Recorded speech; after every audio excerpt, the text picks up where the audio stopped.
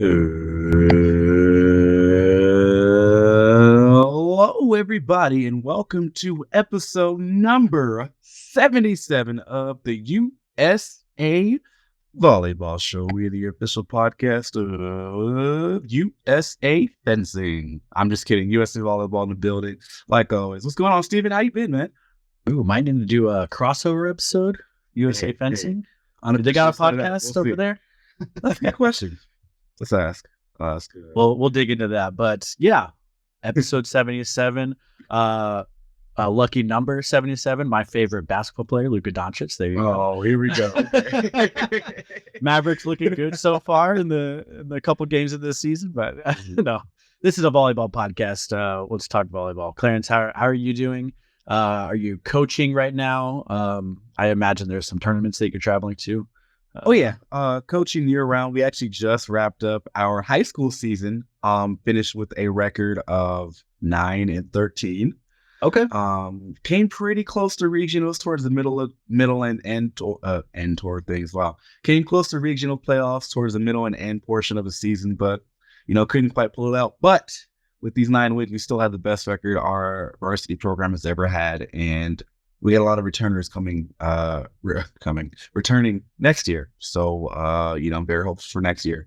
But still got boys. My boys team also just had a power this past Saturday. In our division, we finished second. So we took second place. Almost had a really good shot at taking first too, but couldn't quite pull off that win either. But got a lot of progress being made there too.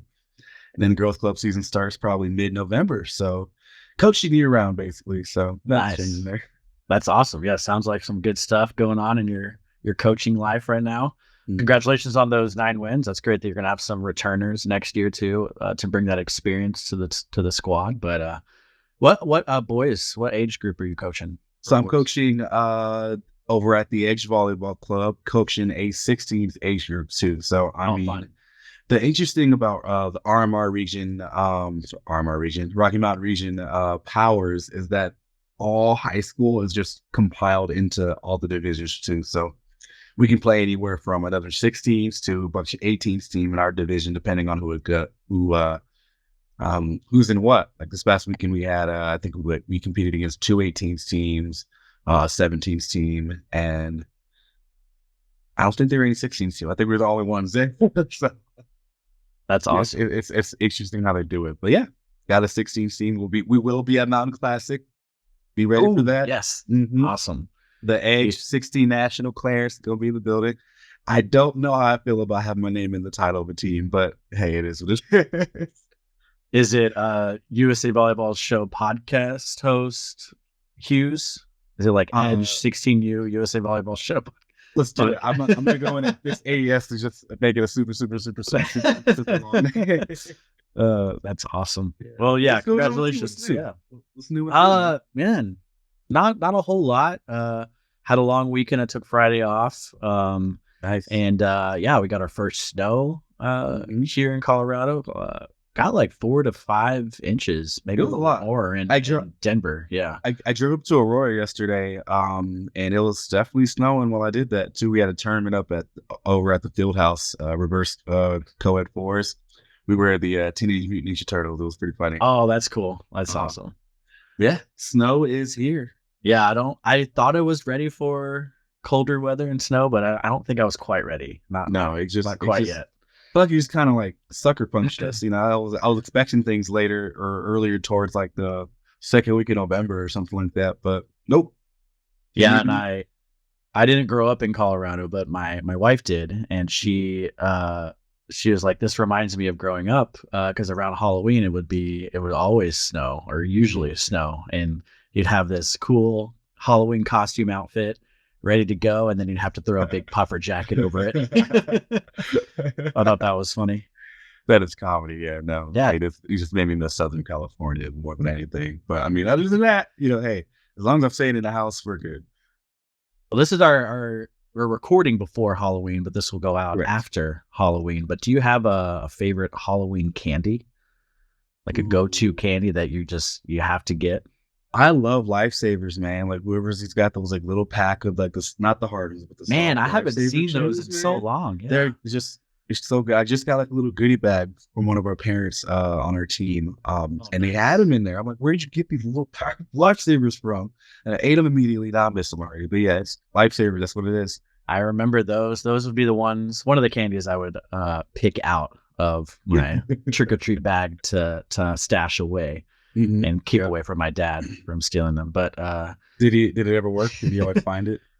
No, I always I don't think he ever checked the bag first. I think my parents let us kind of pick through it first, and then I got to a point where I knew what candy my dad would want, so I distracted him with those, like the Smarties. Like I didn't mess with the Smarties. So nobody needs those. I'd pile up the Smarties, and he'd put his focus on that while I took my candy. Your teacher. Yeah. All right. What about your favorite Halloween? Yeah, mine is, all year round. All year round, it's Reese's peanut butter cup. And I love the like holiday special ones. So like Halloween, they do the pumpkin. Yeah. Around the Christmas time, they do the trees, and those are the best because the peanut butter to chocolate ratio. It's a lot of peanut butter, But yeah, Reese's all year round for me. Okay. Well, like you did your research there, just with every shake, just kind of tasting and sampling the ratio. Yeah, actually, yeah, a taste testing or like some sort of tasting competition between all the Reese's. That could be kind of fun. Speaking of competition, did you ever have the wing party with all the sauces you acquired from the holiday party last year? No, remember I didn't get the sauces. Wait, you didn't get those? I almost did, and then someone stole them. You're right. You did get robbed. Yeah, that was crazy. The white elephant. Yeah, my bad. See, I forgot that. We were like that close to having a little Halloween challenge. But yeah. Wow. Looks like Lara Fawcett had them, but then lost them. I think she stole them from me, and then they got stolen from her. See, after two, it's a wrap. That was a good gift. Let's look out this year at this year's holiday party for. Might have to throw two. Might have to throw two in the batch this year. There you go. But okay, we've been just going on, ramped up. I feel like we haven't seen ramblers. We haven't seen each other in a while. We got a lot to catch up on, but let's just jump into the episode here. If you haven't already listened to last week's episode, or I guess a couple weeks ago. Our last episode 76, we sat down with USA Volleyball sitting volleyball director and U.S. women's sitting national team head coach Bill Hammeter. Bill talks about his vast background in volleyball, sitting volleyball, coaching, and the impact he's made in volleyball in Oklahoma. He also talks about the U.S. women's sitting national team ahead of the World Cup coming up here in a couple weeks, his Paralympic experiences, his hobbies, and so much more. You're not going to want to miss that episode, and you can listen to it right now on all podcast platforms as well as USA Volleyball's YouTube channel. Now, moving on to News with Hughes. I had to do News with Hughes without Hughes last week, and I didn't like it. I don't like it. You got to change your name. Yeah, it's got to have like an honorary name change. Like what's the thing? I'll brainstorm that, but yeah, we'll brainstorm. I kind of like the News with Hughes without Hughes. Simple to the point. All right. A big congratulations to Corinne Quiggle and Sarah Murphy for winning bronze at the Pan American Games. They defeated Argentina in 2 sets. That's what I'm talking about. Go you. How do you like? You like S and then A? That's how you do it? Yeah. Go USA. Oh, yeah. I was almost at the YMCA, but totally the wrong one. But very interesting turn. Here are the AVCA rankings for the NCAA women's top 10 teams. If you haven't been able to catch some women's volleyball this season, you have been missing out for sure. But here are our top 10 rankings, starting at number 10, going up to number 1. Number 10, we have Arkansas. Number 9, Oregon. 8, BYU. 7, Pittsburgh. 6, Washington State. Number 5, we have Texas. 4, Louisville. 3, Stanford. Number 2, Wisconsin. And the new number 1, Nebraska, who is a stunning 19-0. I cannot wait for the tournament this year. I cannot wait for the tournament this year so I can fill a bracket out and just be wrong like I am every single year. Oh man, are we gonna fill out a bracket via podcast this season this year? Yeah. I think we should. Yeah, we really failed a couple years ago, but it's okay. We made up for it at ABCA this past year. But I mean, continuing on, it'll get busted first round, but it's still a lot of fun. It's okay. We'll pick all the underdogs and go from there. Oh, there you go. Yeah, we'll talk about that later. Again, whole other episode of things there too. But a reminder to all volleyball fans, Athletes Unlimited Season 3 will be finishing up very soon. They will be competing in Mesa, Arizona from now until November 6th at the Bell Bank Park in Mesa. Get your tickets to these final matches now, and if you can't make it in person, be sure to tune in as they'll be airing these matches on ESPN Plus and ESPNU. Follow along the action on USA Volleyball social media platforms, and for all on the latest episodes, news, AU matches, and all the above, you can visit the website at usavolleyball.org. Now, that was a nice little teaser with the ABC rankings because we have a related episode. So let's get right to it. On today's show, we sit down with U.S. Women's National Team and University of Texas. That's number 5 ranked Texas middle blocker, Asjia O'Neal. We learn about her background, her journey through 2 heart surgeries, winning the national championship last year with Texas, her summer with the U.S. Women's National Team, and so much more. So let's get to it. Here's Asjia. Asjia, thank you so much for taking the time to sit down with us. Excited to have you on the podcast, especially after a very exciting summer for you. And I guess going back to fall, winter, when you won the national championship as well with Texas. But I guess to kick things off, could you tell us, or maybe, something, a hobby or an interest that you have that fans might not know about? I see that shoe collection back there, so maybe that's a little teaser for that. But yeah, let us know. Yeah, 2 hobbies. One is I like collecting sneakers. I like shoes. I've kind of slowed down a little bit because I'm getting past capacity in my room. So I've slowed down a little bit. But yeah, add another shelf. That's all that is. Yeah. Right. Yeah. There's no more room on the shelves. But so that, and I recently started to try to take up DJing. I always liked music, really? So I bought a board this summer, like right after I left USA, and I tried to start with season and like fall camp. It was kind of hard, but those are my 2 hobbies as of right now. What's your DJ name? Oh yeah, go ahead. What's your That's DJ the name? thing.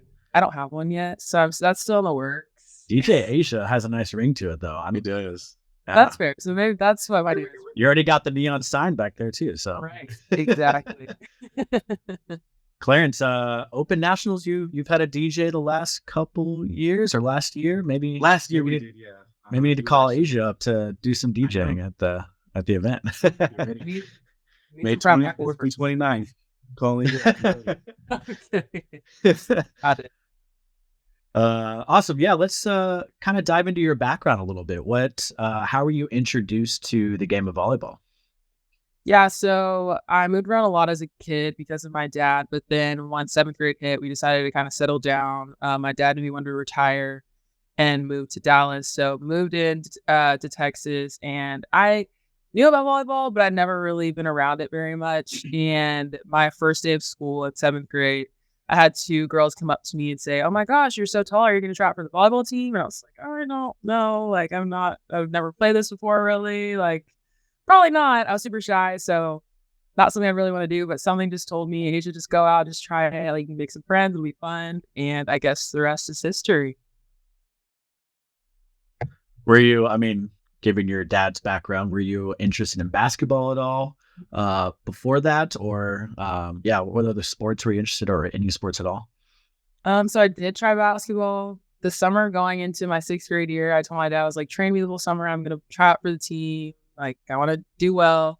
Train all summer, went to tryouts. I went the first day of tryouts. I was like, this is not for me. Like, I don't want to do this. And then I was done. So besides that, I did soccer for a couple of years. I feel like cool. I could play soccer. I wasn't very good. I was just, big, kind of athletic at the time. So it worked out, but it wasn't like my calling.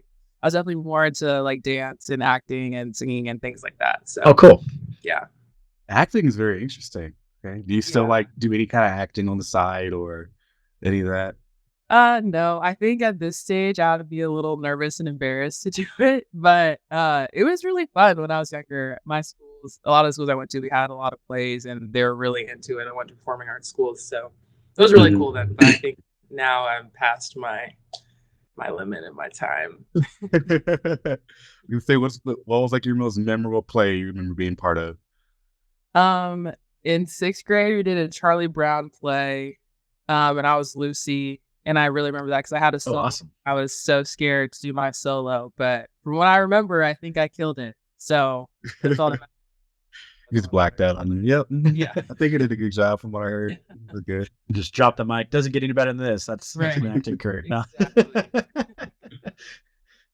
Kind of tying back into volleyball, like when did you kind of realize you had a knack for it? Where it's like, I know you kind of talked about where it's like, yeah, I'll try it, never played it before. We'll kind of see how it goes. So like, when did that, light bulb or, go off or that light switch go off or that thing click for you for like, well, like, yeah, I can actually, make a pretty memorable and a great career out of this.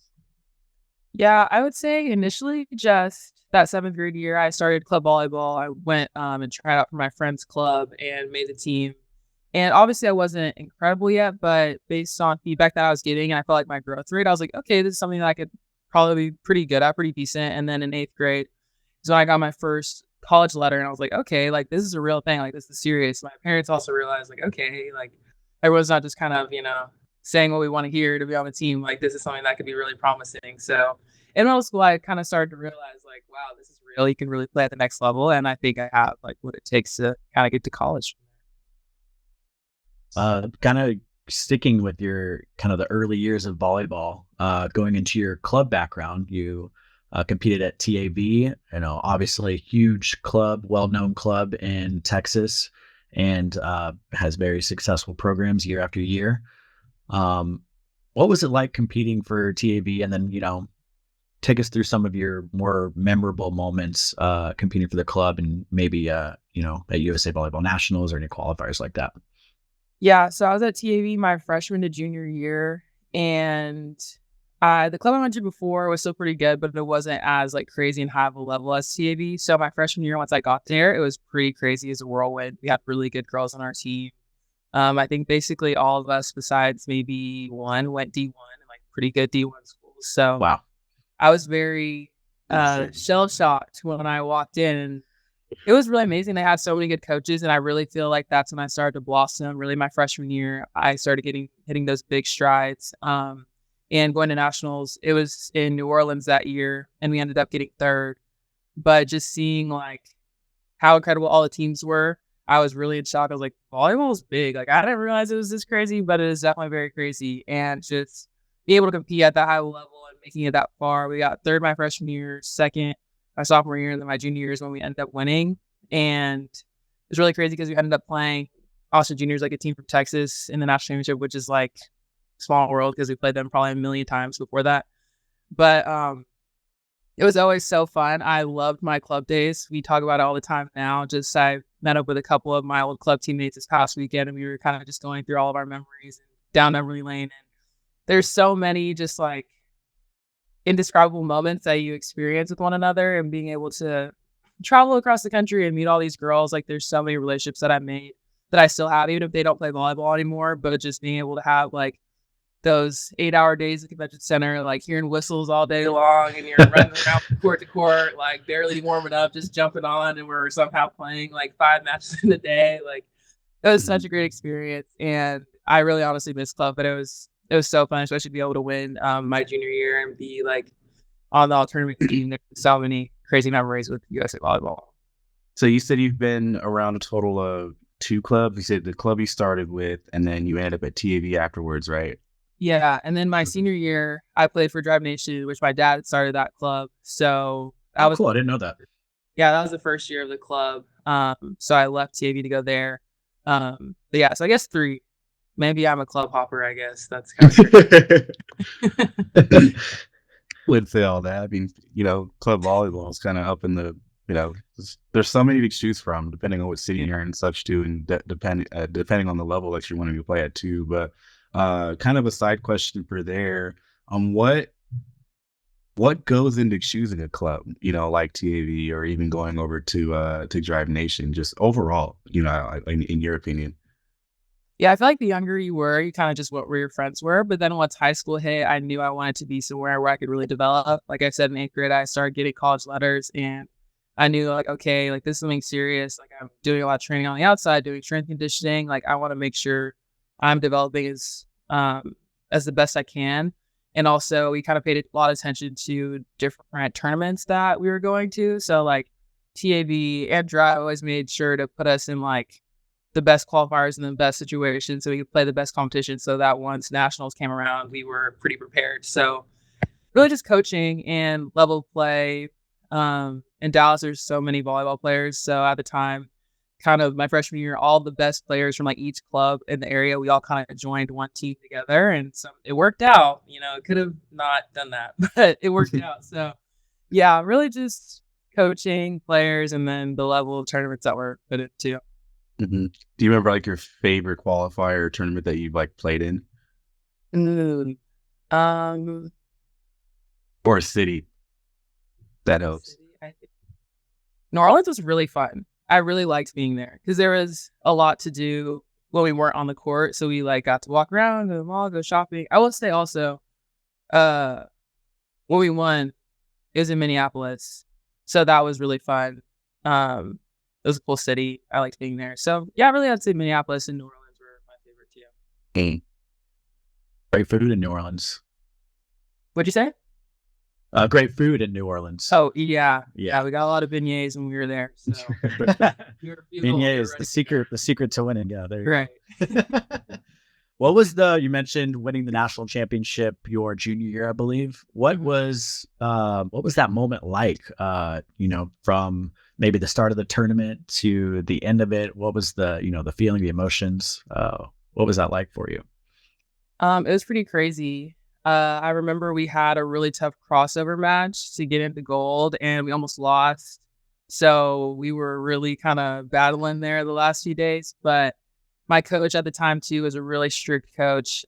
His name's Ping. I know that like is a name in the volleyball world. Some people know. Maybe it's just a Texas thing. But so we were going through it that year. We were really like busting our tails, working super hard. So once we got to like the gold medal match day, we had our 3 games, I'm pretty sure.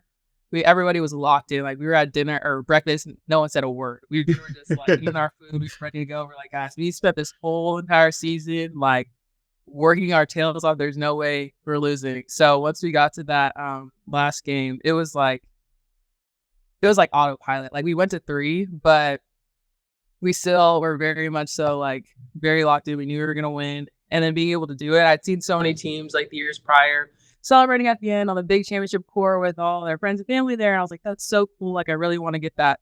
And so being able to win that, I think my girl is still my best friend now, like set me on match point, and I got a kill. And I was like, oh, God, like, finally.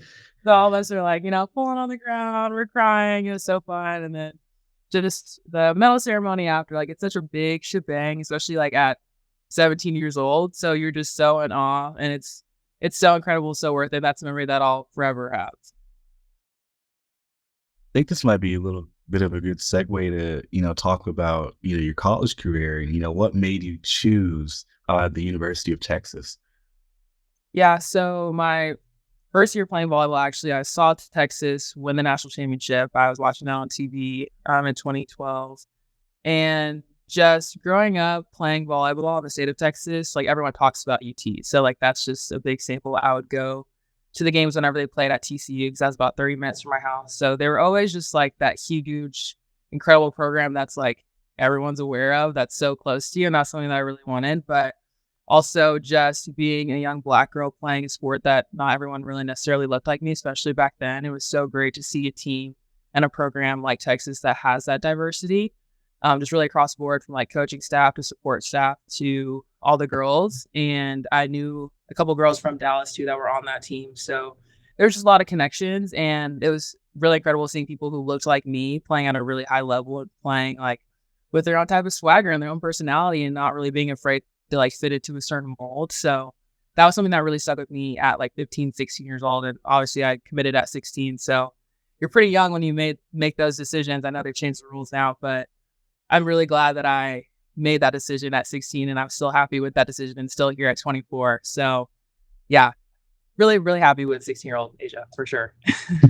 I was gonna ask. I mean, committing at 16 is pretty early too. I mean, like once you committed, I know. I mean, you had everything. Seemed like you had everything lined up decision wise, and there was no like kind of, I guess, back end thoughts. But did you start like maybe ask yourself, did I commit too early, or should I wing my options?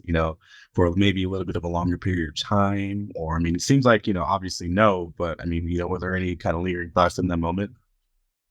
I would say not necessarily. I questioned my reasoning back then. Like most people were committed by sophomore year, which is so crazy to say because you just don't know who you're going to be once you turn 18. So the thought of committing your sophomore year of school is just like crazy.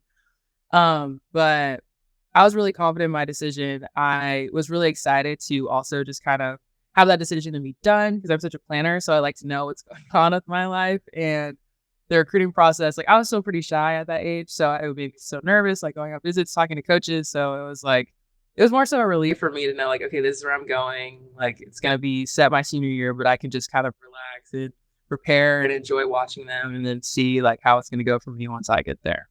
You mentioned some of the women on the team that were there before you got there that you kind of looked up to. Who are some of those people that you looked up to, and maybe even as you started your freshman year, who are those kind of role models that helped maybe take you under their wing? Yeah, so she obviously was a huge inspiration for me. She played high school about like 20 minutes from my house, and my best friend at the time, her older sister played with Chi, so like I would always just like be watching from afar, and they'd be like, "Oh, Asjia, like you can be like Chi one day. Like just keep working. Like you're gonna be able to go to Texas. You're gonna be able to do all these things. Like just keep working at it. Like you could be in like the same area, same team, whatever." So I'd always look at her and be like, "That's somebody that I really want to be." So I always watched Chi play in Texas. She's an incredible athlete, incredible middle. So she's really fun to watch. And then Kat Bell as well. She's from the Dallas area too. And we didn't play at the same club, but she was always someone that's really feisty and really rowdy on the court. So that was someone that I really liked watching. And I kind of started to, once I got comfortable with myself and started to like come out of my shell, that's someone who I think I play similar to. But those two are a really big inspiration. And then didn't obviously get to play with either of them in college, but just being able to watch them excel at Texas and then in their professional careers has been really cool. What about, you mentioned, the volleyball program, but what about Texas, the university, or even, Austin, the city really attracted you to go there? I definitely liked that Austin wasn't a small college town. Obviously, I love volleyball. I eat, sleep, breathe volleyball, but you also need things to do outside of that. So being somewhere that's a big enough city, but not super big where you're going to get lost and like feel too overwhelmed. I really love that about Austin. There's so many things to do. There's so much like music and concerts and food and outdoor activities. Like there's always something going on in the city. So I really love that. And then just our fan base in general, they're crazy, like win or lose. Yeah. They run behind us. They're 10 toes down behind Texas volleyball. And I know that I have people that are going to support me and go crazy and go off on people if that's what they need to do. So I really love just our support system, and the Texas brand itself is just like second to none in my opinion. I guess it's a biased opinion, but I think that it's an incredible brand. And just all the people around us, like I'm here for my 6th year, so I clearly really love it here, and I feel super supported, and it's been a great experience for me. You sound like Stephen. Stephen's always talking about, Dallas, where he's from, and not like Texas. So hey, Austin's great. Austin's a different kind of cool. I haven't been to Austin. I need to go there for sure. Yeah, the music scene, the food scene, outdoors, like you mentioned, Asjia is so great. Barton Springs over there, Rainy Street if you want to party a little bit, but yeah, exactly. Lady Bird Lake. I used to paddleboard on Lady Bird Lake all the time. Yeah. Yep. Yeah, there's a lot. I went to college just south of Austin at Texas State in San Marcos. Okay, yeah. Okay, and then grew up in Dallas. Yeah. Okay, yeah, I have a lot of friends who go to Texas State, so yeah, not too cool. far. Cool area. Yeah, the hill country. It's awesome. Yeah. You mentioned the fan base, and I'm forgetting the name of the arena that you guys play in. Oh, Gregory. Yeah, and it's a big arena, but not that big, and it's close too, which is like kind of an intimate atmosphere. What's it like playing in that gym in front of that home crowd? Our crowd is very deafening. Like you can't hear much when they're yelling and going crazy. And like you said, it's a more intimate setting. It's like literally built into our rec facility. So that's right. Yeah. It only holds about like 5,000. So it's not a ton of people, but I like that it's smaller because we know we're going to pack the gym every single game. So that's super nice. But our fans are really like right on top of the court. And I've talked to my friends who played at other schools and they're like, it really sucks playing at Greg. Like your fans are crazy. They're so. And I was watching some videos of like us during the tournament last year, and I was looking and I was like, there's literally not anywhere else to stand. Like people were packed in there. So it's a really fun environment. It really gets you going. They really help a really good home court advantage. So I love playing Greg. I know that we're in the era of we're trying to sell out, and obviously having like 50,000 people will be so cool out of the game, but I do appreciate our gym, Greg, and it's like small quaintness right now. So speaking of, arenas and selling out and all that good stuff, we just so happened to be across the court on the bench when you guys won the national championship last year in Nebraska. Can you talk about like that feeling of, bringing the chip home? Yeah. Honestly, it was completely an undescribable feeling. I lost all type of emotional control in the moment when we won. It was so crazy. And we were down and out. I think they had set point for a couple points. We were down significantly and somehow rallied back to win. But in my, I guess, what is that, junior year, retro, it's all the years combined. 2 years prior, during COVID, we lost in that gym to Kentucky. So there's a lot of like sour feelings with Omaha and Nebraska and being in that arena. So being able to come back and win, especially in like a dominant fashion in 3, was so crazy. Obviously Texas and Nebraska are longtime rivals. Like everyone knows that, just the institutions in general. So being in Nebraska and having like the whole entire arena chanting "Go Big Red" because obviously like the Louisville coach went to Nebraska and won there. So there's a lot of Nebraska fans in there, and obviously like no matter what, like the 2 programs are just like pitted against each other. So being able to win and being able to do that in a place where we had already lost and we knew that we didn't really have any type of home court advantage or many people aren't really rooting for us was really crazy. And it was a really challenging year having to bring in all those new people. We lost a fair share of girls that graduated or just moved on. And so, having, I think it was 11 new people on our team is something that could go really poorly. We got a couple of 5th years and some transfers that came from other programs, and having to make sure that we're all like kind of buying into the same goal and allowing ourselves to just like leave our egos at the door and know that whatever is best for the team is going to be best for us and we want to win. Like that's something that is really special because last year was the first year being in college that we really had like no issues. Like with any team, you're going to have some problems and there's going to be like back and forth or like butting heads because you spend so much time together. But last year was the first year that I can say everyone was so locked in from the very start that being able to have that special group of people and accomplish what we wanted to accomplish. And the reason why everybody came there was so amazing. And it just felt like all of our hard work really paid off. And we're able to kind of prove ourselves because we've gotten so close. Obviously, like the past 10 years prior, they hadn't won since 2012. So being able to finally like win that, especially for Jarrett, was so incredible and so special. Mm-hmm. I took a little souvenir home from that match. You might recognize it. That's so crazy. I didn't even get confetti. I left all the confetti. Oh no! I got that and everything else, but I didn't grab any confetti. So that's crazy. Yeah, as it was falling down, I grabbed one and taped it to my media card. That's smart. That is. Yeah, I watched a lot of Texas volleyball while I was in college too. We'd go up to Austin and watch. Been a fan of Texas volleyball for a little while, so that was cool to see you guys win. Yeah, finally. A little bit of a drought, but that's okay. It's okay. Yeah, you're back on it. You're back at it. Right.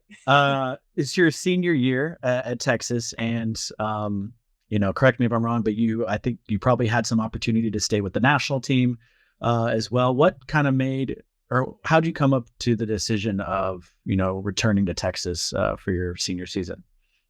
Yeah, it was definitely tough, especially when presented with the ability to stay and continue to train, because obviously, like, that's the goal of all goals, is to be in that gym, make those rosters, compete with like the best that our country has to offer and compete against the best in the world. So it's really hard to kind of make that decision to come back. But I'm definitely a person who, once I start something, like I want to be committed to it and finish. And being a 6 year on a team, um, I've been there since 2018. So like this is a program that I've really tried to help move and grow and continue to build on. So I knew that, like, as a leader and a captain, that it was my kind of duty and responsibility that I wanted to come in and continue to help the team and finish what I started. And just really being able to know that, like, I left at peace and left doing everything that I said I wanted to do. So it was definitely very hard. Had a lot of talks with Coach about it, just trying to like navigate that, figure it out. But I'm so glad that I was able to have that summer and compete with USA and still be able to come back on time with Texas and be here and lead my 18-year-olds throughout the season. So, yeah. How was your role changed as, captain? I mean, you said you went from such a, I don't want to say like you said, a complete team to having 11 new players on the team. Does your approach to leadership change at all from, what it was last year going into this year? It's definitely different. Last year, I think we had like 5 or 6 fifth years. Our team was pretty old, pretty mature. So there wasn't a lot of, there was coaching, but there wasn't teaching and letting people know, like, this is how you win, this is how you compete at a high level. Because all of us had been in college. We knew what the situation was. We had done it. So this year, basically being the oldest, I'm the oldest by like over a year. So I'm definitely by far the vet of the group. But having so many young girls, I feel like I told my parents like a couple months ago when the season started, I was like, I feel like a mom right now. Like, I feel like I'm just grabbing my children, trying to carry us along down the road. But it's super fun. It's a great experience too, because they're so willing and open to learning anything and everything. And I think we build a relationship where, like, they have a lot of respect for me and what I say, and I have a lot of respect for them because they work their tails off. So it's really fun and really pushed me to be more of a vocal leader. Years prior, Logan Eggleston has been our vocal leader on the team. So with her leaving, I knew that I really had to step up and like make my voice known. So it's really pushed me out of my comfort zone, but I've started to get more comfortable with it. And I feel like the team too and respects what I have to say. So it's been really a growing experience for me, but it's been super fun. And I'm glad that I've had this last year to continue to grow and work on things that I know I need to work on off the volleyball court. So it's been a fun experience. Texas is doing pretty well right now, in the top 5. I think ranked 5 right now. Who are the opponents that you're looking forward to playing against, or maybe might be presenting the biggest challenges for your team? Yeah, obviously all the top, really 10 teams, 25. All the teams are good this year. There's a lot of really good teams in college volleyball, whether it's because of the portal or just people getting extra years. So a lot of teams are really talented. We kind of don't really have that sense of like the huge like juggernaut programs that are just going to take down anybody that comes in front of them. So I think that's a really positive change for college volleyball. But I would say really, I really hope that we meet up with Washington State again in the tournament. I don't know if we will. We lost them earlier this year. They're having a really good season. They're a really good program. They're pretty old, like veteran program. So they had their stuff ready at the beginning of the season. They're ready to go. We did not at the beginning. But I would love to play them again. And then obviously like the Nebraska, Wisconsin, Stanford's, Louisville, like all those are really good programs. So really just trying to go one game at a time, but I would really love to redeem myself against Washington State. I love that. When that happens, we're going to have to clip that soundbite out. Put that on social media. No. That's awesome. Well, definitely want to talk about your national team experience this summer, but kind of before we do, wanted to kind of get your story, your journey through your open heart surgeries. You've gone through 2. But what was, that first one. How did you find out about that? I guess just take us through the whole story and journey of that. Yeah, so I found out my first year playing volleyball that I was gonna have to have a surgery, and I was about like 12 years old at the time. So you don't really get the grasp of the weight of things and like how intense it's gonna be. And when my mom told me, I like started crying, but I was like, okay, well, it's probably fine. Like I'm fine. You don't really think about all the things that go into it when you're that young. So you're just kind of like, okay, we're just gonna go day by day and it's gonna get there and I'll be a little nervous, but we'll get through it. And so I really wasn't super nervous until we got to Boston. I had it in Boston. So we got there the day before. We were in the hotel. I was like, okay, I'm kind of scared. Like this might be a little scary. I don't really know what to expect. Went in for surgery. And honestly, it's really crazy because I think my brain has kind of just blocked out a lot of that experience. I remember like bits and pieces, and I remember like being in the hospital, having to like train myself to walk again, have the strength to like sit up in bed or turn over and all these other things. But it was a pretty speedy recovery. Being an athlete and being so young, they said that it wasn't going to be too bad or too brutal. I was back playing that club season, so I ended up finishing the season with my team. Oh wow. So it wasn't too bad. It was still a slow progression, and I still had to wait my time until I could go back. It's still like 3 months until you can do like contact sports just because the bone is broken. That's really like the biggest thing with the recovery, but it wasn't too bad. And I don't really remember a ton because I think I was so young and I'm also just like, whatever, day to day, like I'm going to play volleyball again. It's going to be whatever. Like you're just so happy to just be there 1 year, 12 years old. So it wasn't too bad. And I was glad that I was able to finish out my season. And I definitely felt a lot better afterwards.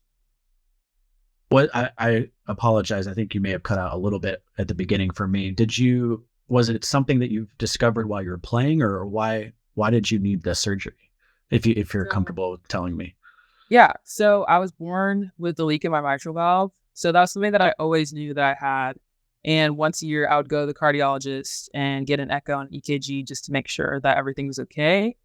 And so, like I said, that first year playing volleyball, like Texas sports are no joke, especially in middle school. So like you're doing a lot, the level is a lot harder, just working out wise. Like it's not as easy as I was used to. So I started to really feel effects, whether it's just getting lightheaded or dizzy or having chest pain or not being able to compete at a high level. So I noticed that something was kind of off about me, but I always knew I had the cardiac problem. So I just kind of like chopped it up to just being that.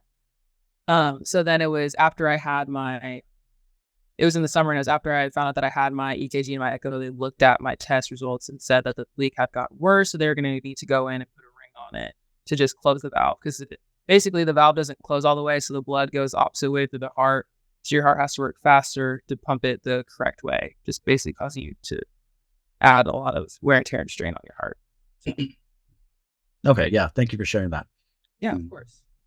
And then correct us if you're wrong too, if we're wrong on our end, but you also had to have a second one your earlier years in college. Was this the same circumstance with that valve, or was it a little different? It was the same, but there also was an added layer to it. So getting to college, like I said, it's another level of just more intensity, harder workouts. So I started to really notice that I was having problems. I could not keep up with my teammates and conditioning or anything. Obviously, you get to school in the summer, so you're doing summer training right off the bat, and it's pretty hard. But I knew that I like really was not able to do it, and it was really frustrating. But through my freshman fall, I redshirted. Kind of had my problems, but it was fine. And like you're a freshman, so you're trying not to like cause a scene. So you're trying to just get through day to day. And then that spring came in for off-season workouts, and I was really, really struggling. I could not get through things. Went to my cardiologist here. With my trainer actually, and it was our last day of spring workouts, so it's like early May, and they told me, hey, like the leakage in your mitral valve has become severe, you have to be done, you're done playing volleyball. And wow. I was very like taken aback because it's not what I was expecting. I've gone to the cardiologist countless of times before, and I'm with my like student trainer, or she's not a student, but like our team trainer who I'm not super close with yet. So I'm like, do I cry right now? Like, what do I say? Like, this is kind of crazy. Like, I don't know what's happening. So that was like in May. So my parents throughout the summer, we were trying to figure out solutions. Like we sent my test results to other doctors to see what they had to say. and had some doctors that my dad knew through the NBA that were like, oh no, she's fine, she's okay, like she get through it. Still was having problems. I was wearing a heart rate monitor throughout practices. The fall came, and like we would have our heart rates displayed on the board, and all of my teammates would be like 130, 120, 140 range. And then you look at me and I'm like 190. I'm like, okay, I'm in the red, like not doing well. I'm getting pulled in and out of practice. It's super frustrating just because you don't like, you're trying to compete, you're trying to do well, you're trying to get better. And you like physically can't, like, you don't know what's wrong. I'm like, I feel like I'm in shape. Like I'm doing more than my teammates. I'm trying to make sure my cardio is staying up, but like, I just literally couldn't. And so like in October of that year, in 2019, I went home for the weekend. My parents told me, oh, we have to go to Cleveland because we had sent my results to the Cleveland Clinic. Get up there and they do a bunch of tests, and basically they end up telling me that I'm gonna have another surgery because my mitral valve, the leak has become severe again because the ring was too small, because I had grown from the time that I was 13, 12, and my tricuspid valve was also leaking. So basically, I had to go in and get that operated on again, fix those two valves, put a ring on the tricuspid valve, put a new ring on the mitral valve. And that is how that happened. Was the recovery, because I mean, you were much younger on that first one. You mentioned the doctors said the recovery would be really quick, and it was relatively quick. Was it kind of the same time frame this go around? Yes and no. I definitely was in a lot more pain the second time, just being older, and they'd already gone in through that area and had a previous surgery. So I definitely was struggling when I was in the hospital. It was really hard I couldn't even really talk for a while, move, get up, sit, anything like that. But so it's basically the whole entire recovery was about 3-ish months until I could get back on the court again. So it's like 6 weeks with no type of working out at all, like no cardio, no nothing. And then 3 months is like the whole entire recovery just because of the bone. So luckily, well, not luckily, but I guess this is one positive, like COVID happened. So I was able to go home. And so I didn't really feel like a huge rush or urgency to like, I need to recover right now. So like I was already doing my rehab stuff and I was starting to work out, but I hadn't played volleyball yet. So we were at home during COVID and I was able to get into the gym and kind of just play by myself. Because like my dad had Drive Nation, so I was able to do stuff on my own there. And so that was nice. That was like one positive of COVID happening, that I was able to kind of just ease myself into it. And then once we went back to school in like July, and once I was there, I was able to like feel comfortable and confident in being able to just kind of go play and not be worried about like, did I come back too early? So that was the one thing that was a little different.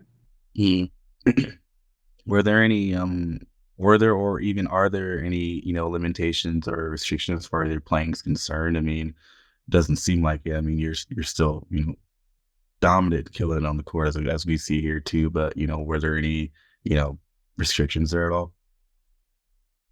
There was no restrictions after this one. My surgeon told me after, which really stuck with me. He's like, he told me before, he's like, you won't realize how bad you felt until after you have this surgery. And he was completely right. Like my first workout, we did like a sand workout. So it was like sprints and conditioning and agility. I like called my mom right after and I was like crying. I was like, I can't believe this is how everybody else feels. This whole entire time I've been struggling and I thought that was normal. Like this is so incredible. So since then, like I don't have any limitations or restrictions. Obviously, if I feel like lightheaded or have chest pain or anything, like I'm always given the green light to stop, and I'm pretty in tune with my body and know how I feel just because of all my cardiac history. So I'm pretty aware if I'm like, okay, something doesn't feel right, but luckily I haven't had that issue. So basically I'm good to go as long as I feel good to go. That's awesome. Yeah. And then, winning the national championship last year, was that just kind of added emotions looking back on that journey for you? Yeah, there was a lot of things, like you said, just having that surgery and getting through to having to deal with so many transfers the year before and trying to rebuild our program. Just there's so many things that happened. Last semester I had a lot of last season I had a lot of personal things that were happening in my life. So just being able to kind of look at all like the setbacks and trials and tribulations that you go through while you're still just trying to compete and be the best volleyball player you can be, then ending up winning, especially in such like a dominant fashion, was so incredible. And that's wow, I was just so like emotional when we won. It was so great to just see like sticking to it and just like putting your head down and continuing to work. Like people say that's how to get through it, but when it actually comes to truth and it happens in front of your eyes, it's like honestly incredible and unbelievable. Awesome. Well, I think we can kind of dive into your national team experience this summer. And thank you again for sharing your story through all your cardiac history and your heart surgeries. Yeah, of course. Always down to share. Yeah. Take us through this summer. How did you feel, walking into the national team gym and then competing, with some of the women that you've looked up to? You mentioned Chiaka earlier on from Texas, but yeah, just kind of take us through, those early days in the national team gym and then, getting to compete next to some of those people. Yeah, so before I got to Anaheim this summer, I had a long conversation with David Hunt, who's my coach here, who obviously spent his time with USA Volleyball. And he was just kind of helping me like get my mind right, prepare for the summer. And he basically just told me like, Asjia, you worked really hard, like you deserve to be here, but just don't give yourself any expectations. Just like go out and have fun.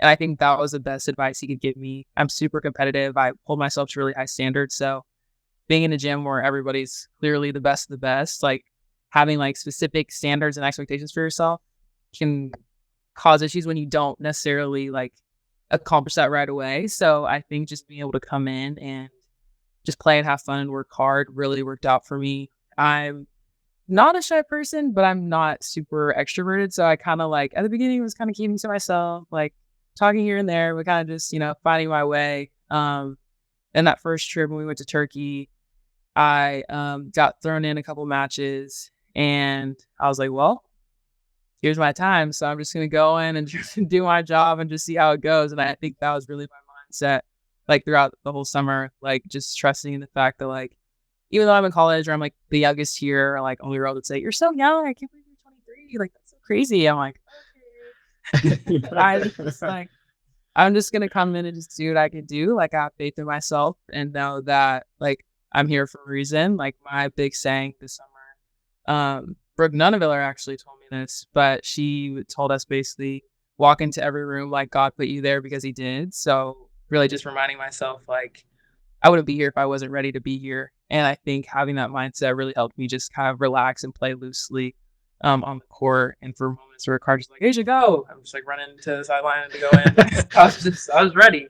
So it was really fun, especially being able to play with I didn't play with her until finals week because she came late, obviously, because she was in Turkey. But it was so crazy, very surreal, very weird. So I'm like, this is so full circle. Like I've looked up to this woman for so long. Like she is Chiaka. Like Chiaka is in a realm of her own, especially like growing up in the state, playing at UT. Like she's her by every means. So being able to play on a team with her and be on the court with her was so crazy. And I was like, I kind of have to pinch myself right now. Like this is so surreal. This was happening, but it was such an incredible experience, and I'm so thankful that I got to be there.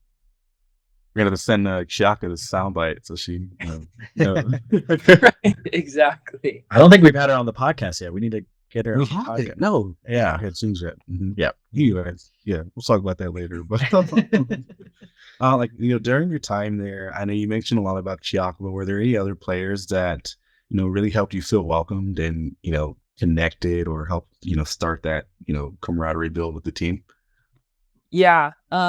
So I lived with Bree and Ronnie and Avery, and so that was nice to have people that I like. Bree obviously played with at Texas for 4 years, so we were already pretty close. But like Avery, I played with Natty, like her sister. So and then Ronnie, like we played my freshman year. So it's people that I knew and people that were a little younger. So I felt like more comfortable and more at ease with at the beginning, just being able to live with them and like get confidence that way, just having closer people that I have connections with. But in Turkey, Micah was my roommate, and obviously it's Micah Hancock. Like she's like a Chiaka. She's her. Like they're on another level. So having someone that is so talented and so good, and just realizing how sweet and down to earth she was really comforting for me because we had a lot of long conversations at night. We're just chit chatting, learning about each other, and just having people that really, made me feel welcome. She made me feel very comfortable and gave me a lot of confidence in myself. to just kind of go out there and just play volleyball. And so really having someone like her, Annie was really sweet to me too. She made me feel very welcomed. A lot of the older girls, you would think like they've been here, they're veterans, like this is their team. Like, you would think that they wouldn't really take the time to get to know a college girl that's just coming in the gym for the summer. Like you think they wouldn't really take the time, but they genuinely did. And they really made me feel like they cared about me as a person more than a volleyball player and really got to know me. So just having people like that was really helpful, especially for that first week when it's kind of a whirlwind of things happening. But I was really thankful to have them to just kind of lean on and get to know. When, or I guess maybe how, did you get that call to come into the national team for that first time?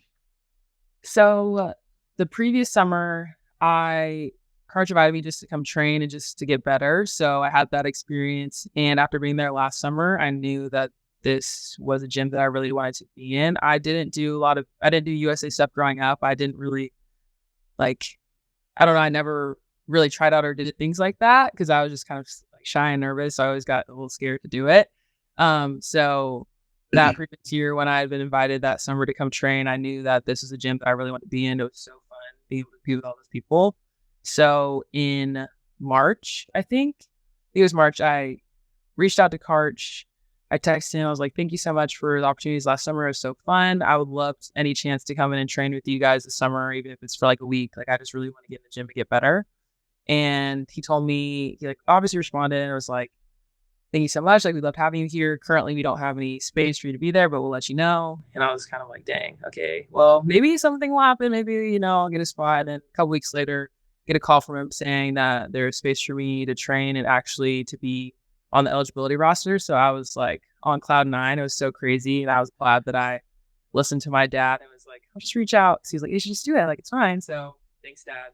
Shout out to you. You're the reason I was there. But yeah, so that was kind of how it happened. And then after school, came down there in May. That's awesome. Yeah, you mentioned, that gym. You really wanted to be in there. You wanted to be a part of that gym. What is it about the national team gym that's just, invigorating or, just inspiring, motivating to be in there, and the energy? Could you talk a little bit about the atmosphere of the national team gym? Yeah, the energy is really crazy. It's definitely very fun. And I hadn't really been very knowledgeable about international volleyball or just the next level. So being able to come in and see there's such a broad range of ages as well. So there's people that are closer to my age, people that are in their 30s. So just being able to come in and see how high level it is every single day.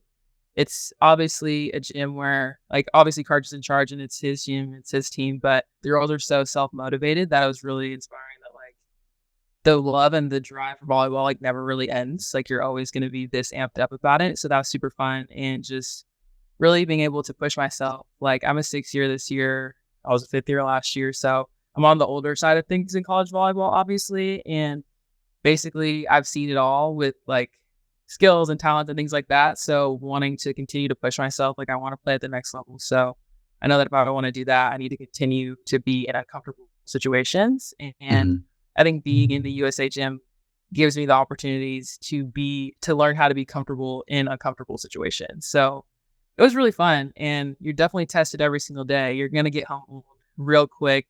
The setters were really humbling me as a middle. My first week, I was like, okay, I need to get my speed back. I need to work on my eye work because I'm getting juked out a little bit, but definitely helps. And then I felt like I came back to college. I was like, oh, this is so easy. Yeah. Can you talk about what your VNL experience was like?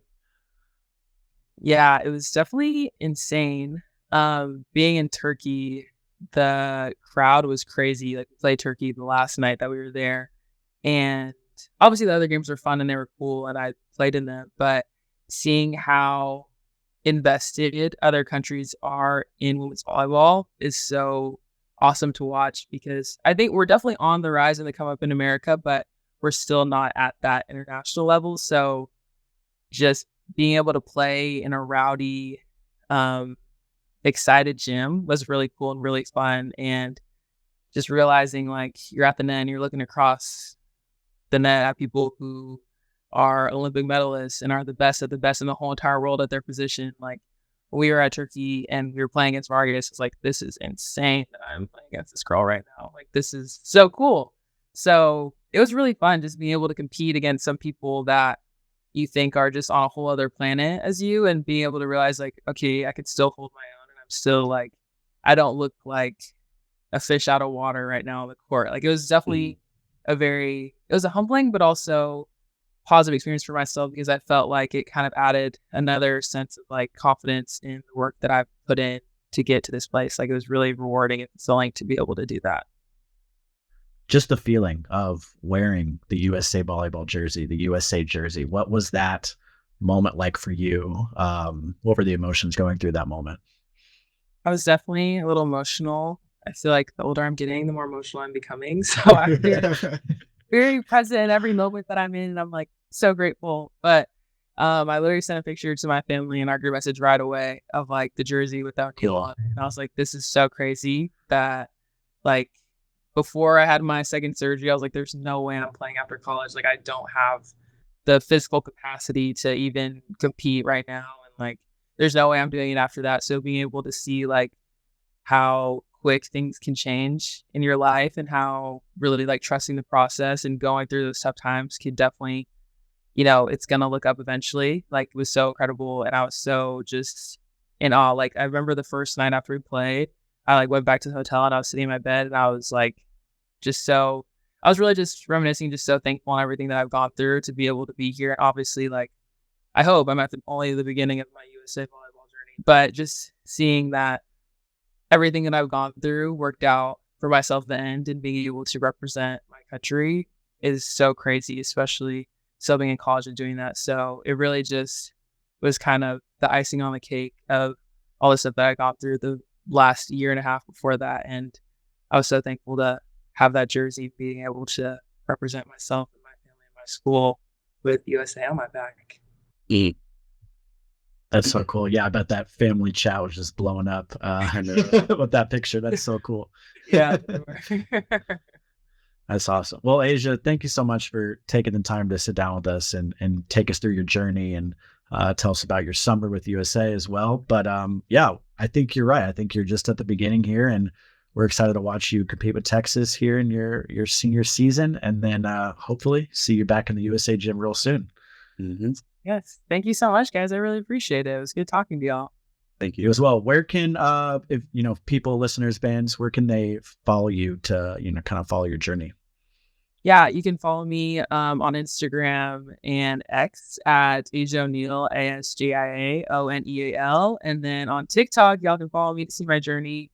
It's Asjia O'Neal. So just keep up with me, and I try to post a lot. So yeah. And then keep it with that DJ career, right? You got those those samples and everything on TikTok. Okay. Gotcha. Exactly. Yeah. Awesome. Well, thank you so much, and I'm sure we'll talk to you soon. Thanks so much, guys. Appreciate it. Thank you. Thank you. Bye. Bye. If you're not watching the video episodes, you got to start watching them, because went down a little memory lane there from our time at the national championship last year, and pulled out the confetti, pulled out the gold confetti. You still got it. They still got it. I still got it. It's in my little drawer here in the desk. I was in this little container behind. I still want to reach behind and mess up the camera angle, but it's there. I still got it. Mm-hmm. Yeah, I can't believe Asjia didn't save some of it. But they do cut the net, so I'm sure she has her piece. I think there's plenty of much better memorabilia that. That's true. That's true. Yeah, they went home with some good hardware. Yeah. But awesome conversation with Asjia. She's great. Got to meet her this summer at BNL finals in Arlington. Super nice and incredible volleyball player too. She brought it all BNL and made the roster for the finals. Just what a journey that she's been on too throughout her volleyball career. And just, going through those 2 heart surgeries as well, having the doctor tell her that she's not going to be able to play volleyball anymore, and overcoming that. And then, last year winning the national championship, I'm sure all that kind of came into perspective and just all the emotions around her whole journey just kind of came rushing forward to her in that moment. But yeah, awesome conversation with Asjia, and yeah, looking forward to seeing her back in the USA gym. But before that, her final season at Texas, and it's going to be a lot of fun. Oh yeah, can't wait. I mean, we've already been following along with all that there too. But I mean, I just appreciate her sharing her journey. From the start of volleyball, and her club experience is insane. What kind of goes into clubs and this and that, and her overall honesty when it comes to those major factors in her life, like those 2 heart surgeries. How the first one affected, and then the second one. There's a significant mental toll on that too. But I think she tells that story with such, enthusiasm and truth, to it. And you would never guess that, like watching her play volleyball. You would never guess that watching her on a national team for the first time this past summer and so on. But I mean, it's insane. I'm very, very much enjoying watching her story develop as she continues her career, especially through as she finishes up her last year in Texas. Yeah, it's going to be a lot of fun. And as you mentioned at the start of the show, those rankings, there's some strong teams there. And Asjia mentioned, I believe was it Washington State was one that she, I think Texas, they had lost earlier in the season. So she's looking forward to. They've been a surprise one this year too. Yeah. I think they just also upset someone else. I got to fact check and figure out who it was too over the weekend. But yeah, they just definitely had a nice upset too. So I mean, talking about rankings really quickly, I mean, I mentioned Nebraska's 19-0, but I mean, literally every single one of these top 10 teams have like at most 4 losses. Only one team with 4 losses. Everyone else has 2. So the race is very, very, very, very, very tight. Cannot wait for the tournament this year too. But I mean, I do also side note appreciate her shoe collection in the back of that. Oh, that was cool. Another reason to watch the video episodes there. The shoe collection. That was so cool. But yeah, I mean, just an awesome individual. Loved talking to Asjia. I caught up a little bit with her, or talked a little bit about Texas with her and when we were in Arlington, but it's always nice to talk to a fellow Texan and have those connections because she grew up in the Dallas area as well. Yeah. It was fun hearing her talk about competing at Texas too, and then that gym, Gregory. It's just it real. If you've never experienced it, it's so cool. It's just very close to the court, very intimate atmosphere, and those Texas fans, they get after it. They come ready. They come ready. Texas fight. Yep. But yeah, awesome conversation with Asjia. Looking forward to catching up with her again down the road, and good luck to her competing at Texas in her final season. And then, yeah, of course, hopefully seeing her back in the USA gym here really soon. Is it events time? I think it is up. Let's see what's up the grapevine with Stephen. Here we go. Starting with the USA Volleyball Beach Tour. We've got a few events coming up, including the Gulf Coast Region Fall Beach Classic National Qualifier, November 4th through the 6th in Gulf Shores, Alabama. Great place if you've never been to Gulf Shores. Awesome beach. One of my favorite beaches that I've ever been to.